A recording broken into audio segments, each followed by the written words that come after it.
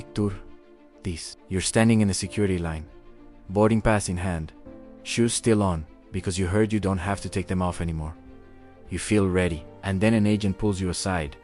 Not because you did anything wrong, but because a rule quietly changed sometime this year, and nobody told you. That's happening to more travelers in 2026 than in any year since Real ID first became law. Airlines have tightened bag sizes. TSA added a new fee for a very specific group of travelers. And the rule about power banks, the one everyone thinks they already know, actually changed just a few months ago. In the next few minutes, I'm going to walk you through 6 things that are genuinely different this year, not recycled advice from 3 years ago.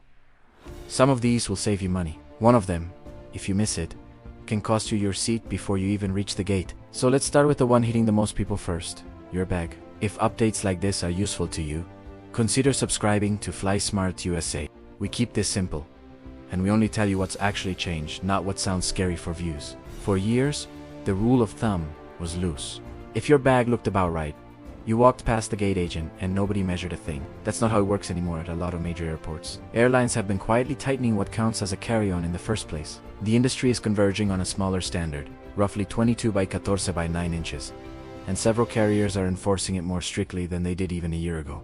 Some airlines have actually removed the old gate sizers, the metal cage you used to test your bag against, and replaced that system with more gate agent judgment calls instead. That sounds like it should be easier. In practice, it means enforcement is less predictable.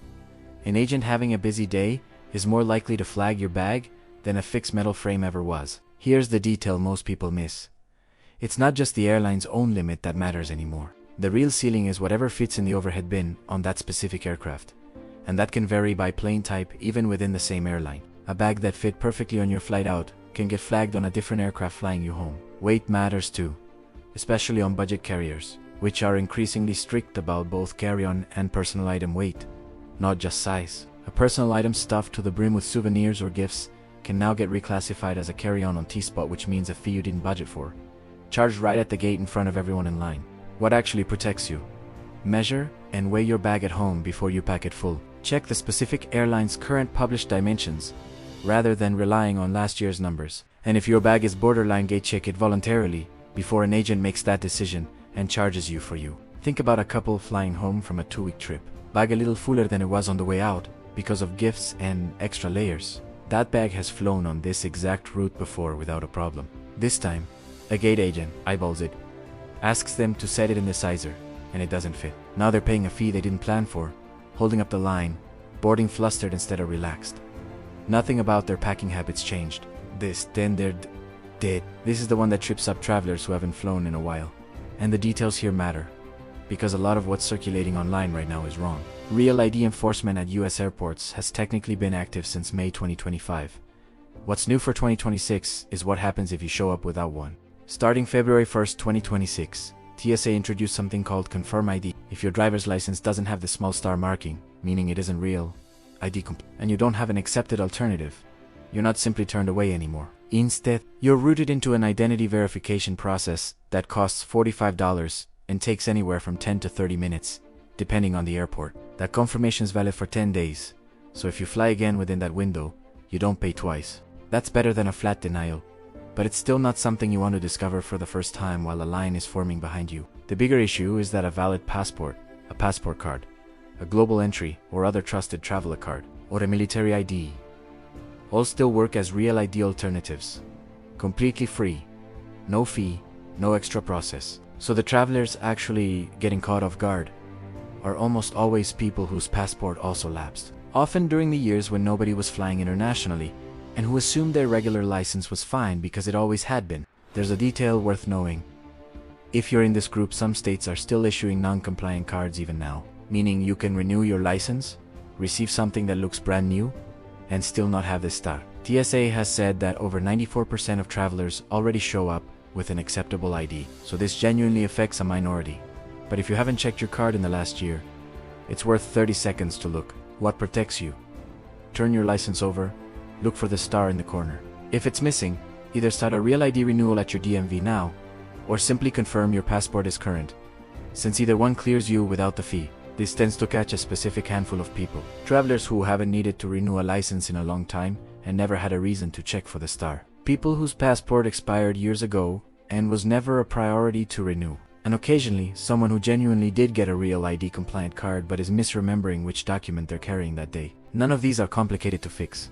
They just take a DMV appointment or a passport renewal that's much easier to handle a month before your trip than the morning of it. Most travelers already know power banks belong in your carry-on, not your checked bag, because of the fire risk from lithium batteries. That part isn't new. What is new for 2026 is that airlines have started capping how many you're allowed to bring onto the plane in the first place, regardless of where you pack them. As of this year, American Airlines and Delta limit passengers to 2 power banks, and Southwest allows just 1. Several carriers have also started prohibiting passengers from charging devices directly from a power bank while it's stored in the overhead bin. You're now expected to keep it either on your person or somewhere you can reach it if something goes wrong, not buried in a bag above your head mid-flight. This is a genuinely new wrinkle, and it's easy to miss because it didn't come from TSA at all. It came from the airlines and the FAA, separately from the checkpoint rules everyone already knows. So you can do everything right by TSA's book and still get stopped by a gate agent, enforcing your specific airline's power bank count. The detail that catches people off guard. This includes power banks built into other items, a battery pack sewn into a travel pillow, a phone case with a charging function, a backup battery tucked inside a toiletry bag. All of those count toward your total, and all of them still have to travel in your carry-on. Never checked. What protects you? Check your specific airline's power bank limit before you pack. Keep every battery-powered accessory in your carry-on. And if you're traveling with family, remember the limit is usually per person, not per bag. Most competitor videos treat the newer 3D CT scanners as another way to get flagged. That's only half the story, and it's honestly the more useful half to know. These CT scanners build a full rotating image of your bag instead of a flat 2D image, which means they're better at telling the difference between a laptop and a threat, or a bottle of shampoo and something dangerous. At airports where they're installed, laptops can often stay inside your bag, and approved liquids don't need to come out either, which used to be mandatory everywhere. Here's something barely covered anywhere else. TSA has also formally expanded the list of items exempt from the standard 311 liquid rule. That now includes things like medically necessary liquids over 3.4 ounces, wet cell batteries for medical devices and wheelchairs, duty-free purchases still sealed with a receipt from within the last 48 hours, and a few other categories most travelers have never been told about. If you've been quietly leaving your allergy medication or a larger saline solution at home because you assumed it wasn't allowed, it's worth checking the current exemption list, because it may already cover you. The catch with all of this is rollout speed. Not every airport has these scanners yet, and the ones that do don't all follow identical procedures. That means the exact same bag, packed the exact same way, can sail through in one city and get pulled for a manual check in another, simply because the equipment or the local protocol is different. What protects you? Don't assume your last airport is representative of your next one. Follow the specific signage at each checkpoint rather than your old habits. And if you carry medical liquids or devices, look up TSA's current exemption list before your trip. Instead of assuming the old 311 rule is the whole picture, this is especially worth knowing if you fly out of your home airport most of the time, and only occasionally connect through somewhere new. Frequent flyers on a familiar route tend to adapt fast, because they see the same equipment and the same signage every trip. It's the traveler flying out of an unfamiliar airport for a single occasion, a wedding, a grandchild's graduation, a once-a-year visit, who's most likely to get caught off guard by a system they've simply never encountered before. If that's you this year, it's worth building in a few extra minutes at security, rather than assuming your usual routine applies. This one isn't new for 2026 specifically, but it's catching more travelers than ever because codeshare partnerships have expanded, and it has nothing to do with airport security at all. It's about who's actually operating your plane.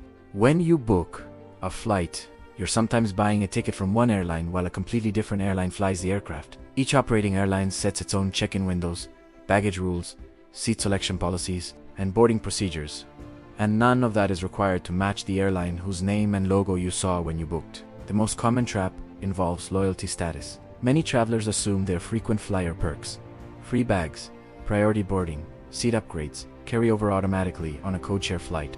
Depending on the specific partnership agreement, the operating airline may honor only some of those benefits, or not. All that costly a trap is check-in timing. If the operating airline closes check-in earlier than the airline you booked through, and you check in on your usual schedule, your confirmed seat can be released to someone on the standby list, even though your ticket shows as fully paid and confirmed. What protects you? Look for the words "operated by" on your confirmation email. Find the actual operating airline, and check that specific carrier's baggage seat, and check-in policies directly rather than assuming they match the name on your ticket. Before we wrap up, 2 fast updates that are actually good news and worth knowing so you're not doing unnecessary work at the airport. First, as of the past year, most travelers no longer need to remove their shoes at TSA checkpoints at all. That requirement was dropped, except in certain secondary screening situations. If you're still automatically taking your shoes off out of habit, you can usually skip that step now. Second, if you fly on loyalty points or status, several major airlines have shifted how they calculate rewards, basing them on ticket price rather than distance flown. And in some cases, basic economy fares no longer earn any loyalty credit at all. If you've noticed your miles adding up slower than they used to, this is very likely why. And it's worth checking your airline's current earning chart before you assume something's broken. So here's everything in one place. Your carry-on may now be measured against a smaller, stricter standard than last year. Real ID enforcement comes with a real fee if you're not compliant, but not an automatic denial if you know the alternatives. Power banks now have a per-person limit, not just a check bag ban. The newer scanners can actually let more stay in your bag. Plus, TSA quietly expanded what liquids are exempt entirely. Codeshare flights follow the operating airline's rules, not the name on your ticket. And 2 once mandatory habits, shoes off and mileage per distance, have both changed in ways that make things simpler, not harder.